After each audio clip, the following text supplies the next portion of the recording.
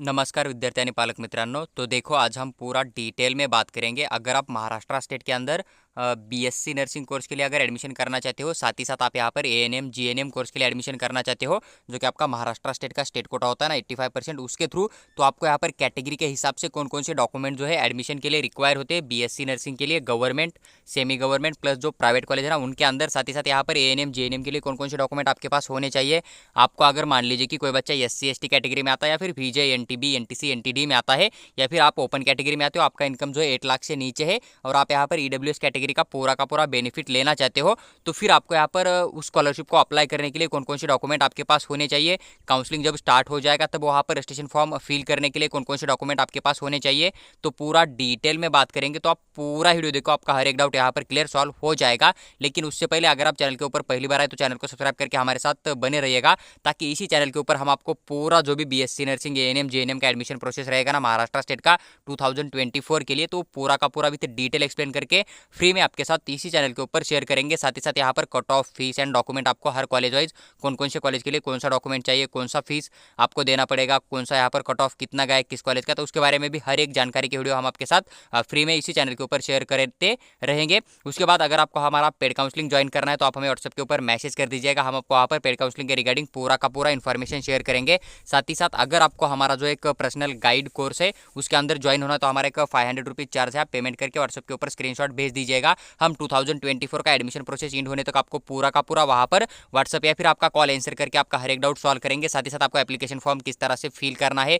किस डेट को आपको क्या प्रोसेस करना पड़ेगा, पूरा का पूरा पर्सनली गाइड करेंगे। साथ ही साथ फीस कट ऑफ क्या रहता है कॉलेज वाइज महाराष्ट्र स्टेट के अंदर जितने भी कॉलेज है उनका फीस स्ट्रक्चर वो पूरा का पूरा आपको पीडीएफ के फॉर्मेट में आपके साथ जरूर शेयर करेंगे, और कैटेगरी के हिसाब से आपको कितना स्कॉलरशिप मिल जाएगा, आपको कितना फीस पड़ जाएगा, और एक बेस्ट कॉलेज कौन से है उसके बारे में हर एक डाउट आपका सॉल्व करने की पूरी कोशिश करेंगे जब तक कि आपका 2024 का एडमिशन प्रोसेस कंप्लीट नहीं हो जाता है। देखो हम यहाँ पर पर्सनली बात करेंगे कि आपको डॉक्यूमेंट कौन कौन से यहाँ पर सबमिट करना पड़ेगा।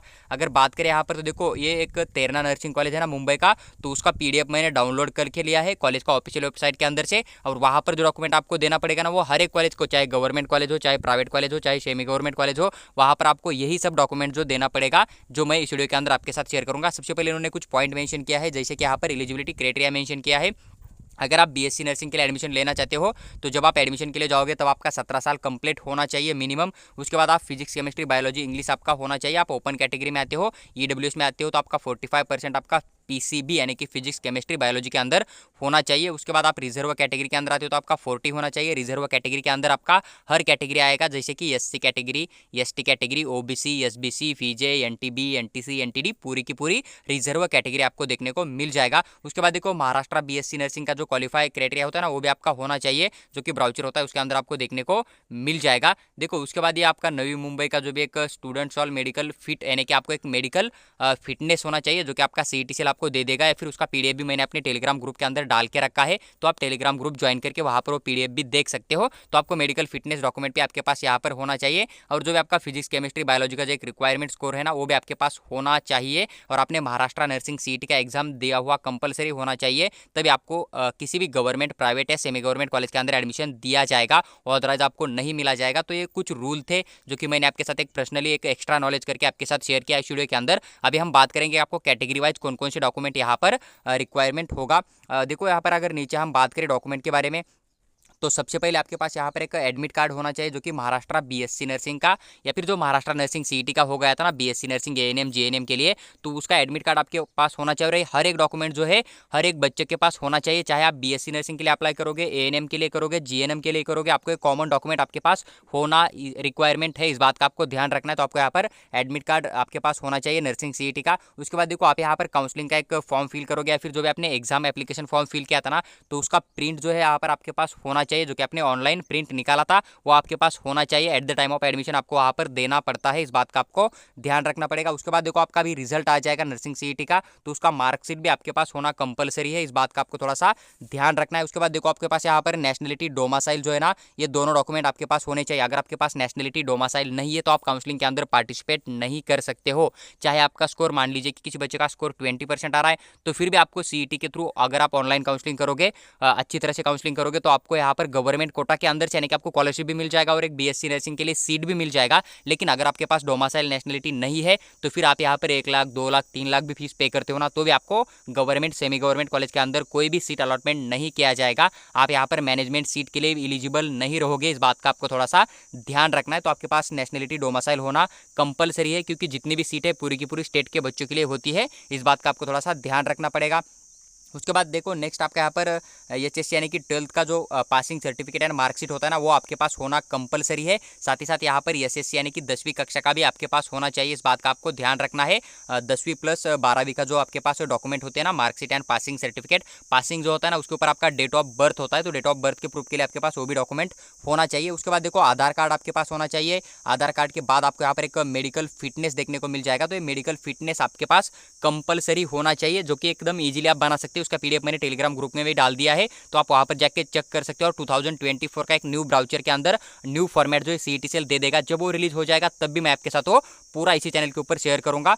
देखो उसके बाद अगर बात करें पूरा का पूरा आपका जनरल कैटेगरी या फिर जो ओपन कैटेगरी के बच्चे, या फिर अगर मान लीजिए कि आप अदर कैटेगरी में आते हो लेकिन आपका इनकम अगर 8 लाख से ज़्यादा है, अगर आप OBC SBC VJ NTB NTC NTD में आते हो, आपका इनकम 8 लाख से ज़्यादा है और आप अदर डॉक्यूमेंट यहाँ पर नहीं बनाते हो, तो फिर आप यहाँ पर इतने डॉक्यूमेंट के अंदर से अपना एडमिशन यहाँ पर कंफर्म कर सकते हो। आपका एडमिशन मिल जाएगा, कोई प्रॉब्लम नहीं आ जाएगा। या फिर आप ओपन कोटा के थ्रू काउंसलिंग करते हो, ओपन कैटेगरी के थ्रू, तो आपको इतने डॉक्यूमेंट यहाँ पर कंपलसरी देने ही देने हैं, इस बात का आपको ध्यान रखना है। अभी हम नीचे बात करेंगे कि अगर आप कैटेगरी के अंदर आते हो तो आपको कौन कौन सा डॉक्यूमेंट यहाँ पर देना पड़ेगा।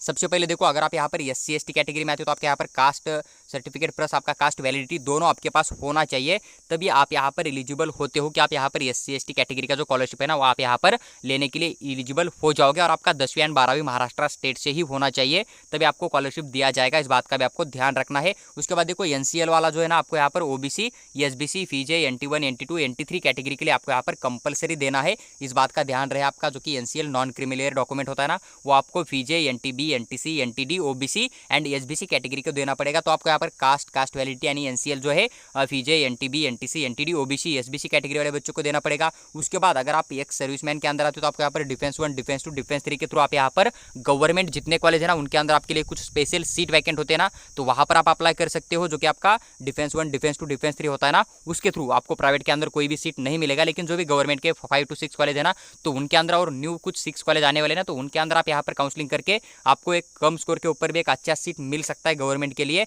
उसके बाद देखो डिफेंस 1 डिफेंस 2 जो बच्चे होते हैं ना, उनके पास डोमिसाइल होना चाहिए महाराष्ट्र स्टेट का, इस बात का आपको ध्यान रखना है। डिफेंस 3 के लिए आपके पास ट्रांसफर सर्टिफिकेट एक डॉक्यूमेंट होता है ना, वो भी आपके पास होना चाहिए। उसके बाद देखो कोई बच्चा अगर ओपन कैटेगरी में आता है लेकिन इनकम अगर 8 लाख से नीचे है, तो आप यहाँ पर ईडब्ल्यूएस कैटेगरी के थ्रू यहाँ पर काउंसलिंग कर सकते हो, तो फिर आपके पास यहाँ पर ईडब्ल्यूएस वाला भी डॉक्यूमेंट होना चाहिए, इस बात का आपको ध्यान रखना है।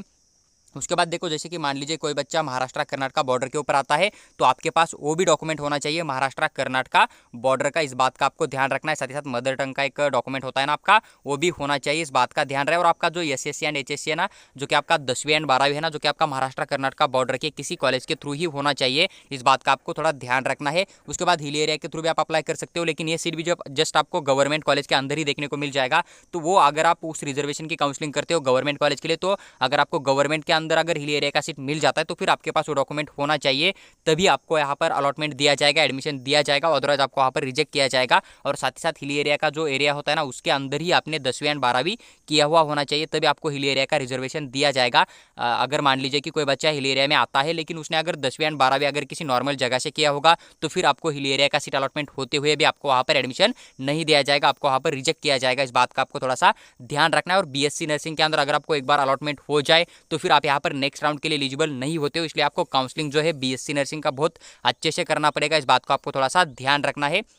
उसके बाद देखो आपके पास यहाँ पर पीडब्ल्यूडी, अगर आप फिजिकल हैंडीकैप के अंदर आते हो तो आपके पास फिजिकल हैंडीकैप का डॉक्यूमेंट होना चाहिए। तो गवर्नमेंट के अंदर आपको बहुत कम स्कोर के ऊपर भी एक टॉप का कॉलेज यहाँ पर मिल जाएगा अगर आपके पास फिजिकल हैंडीकैप का डॉक्यूमेंट है तो। उसके बाद देखो कुछ कॉलेज माइनॉरिटी के होते हैं, तो आपके पास माइनॉरिटी का डॉक्यूमेंट है तो आप उसके थ्रू अप्लाई कर सकते हो। ऑर्फन यानी कि अनाथ बच्चों के लिए होता है, अगर ये भी आपके पास है तो इस कोटा का भी रिजर्वेशन आप यहाँ पर पूरी तरह से ले सकते हो, इस बात का ध्यान रहे। लेकिन जो अदर रिजर्वेशन होता है ना, जैसे कि डिफेंस का हुआ, उसके बाद हिल एरिया का हुआ, उसके बाद पीडब्ल्यूडी का हुआ, तो आपका गवर्नमेंट कॉलेज के अंदर ही आपको देखने को मिल जाएगा। और माइनॉरिटी के अंदर जैसे कि क्रिश्चियन माइनॉरिटी या फिर मुस्लिम माइनॉरिटी के कुछ कॉलेज है बीएससी नर्सिंग के लिए, तो वहाँ पर अगर आपके पास डॉक्यूमेंट है तो वो सबसे पहले आपको अलॉटमेंट किया जाएगा। अगर आप वहाँ पर नहीं काउंसलिंग करते हो तो फिर अदर बच्चों को दिया जाएगा, तो आपको एक बेनिफिट मिल जाएगा। तो देखो जितने भी कैटेगरी वाइज पूरे डॉक्यूमेंट आपको रिक्वायर्ड थे पूरा विद डिटेल एक्सप्लेन करके मैंने आपके साथ शेयर किया हुआ है। अगर आपको वीडियो अच्छी लगती है तो लाइक कीजिए और चैनल को सब्सक्राइब करके हमारे साथ जरूर बने रहेगा। और नेक्स्ट वीडियो के अंदर आपको कौन से कॉलेज के बारे में इन्फॉर्मेशन चाहिए वो भी आप कमेंट बॉक्स में कमेंट करके जरूर बताएगा। उसका मैं फी स्ट्रक्चर एंड जो भी डॉक्यूमेंट आपको रिक्वायर होगा, जो भी सीट होगा उसका, तो उसकी पूरी इन्फॉर्मेशन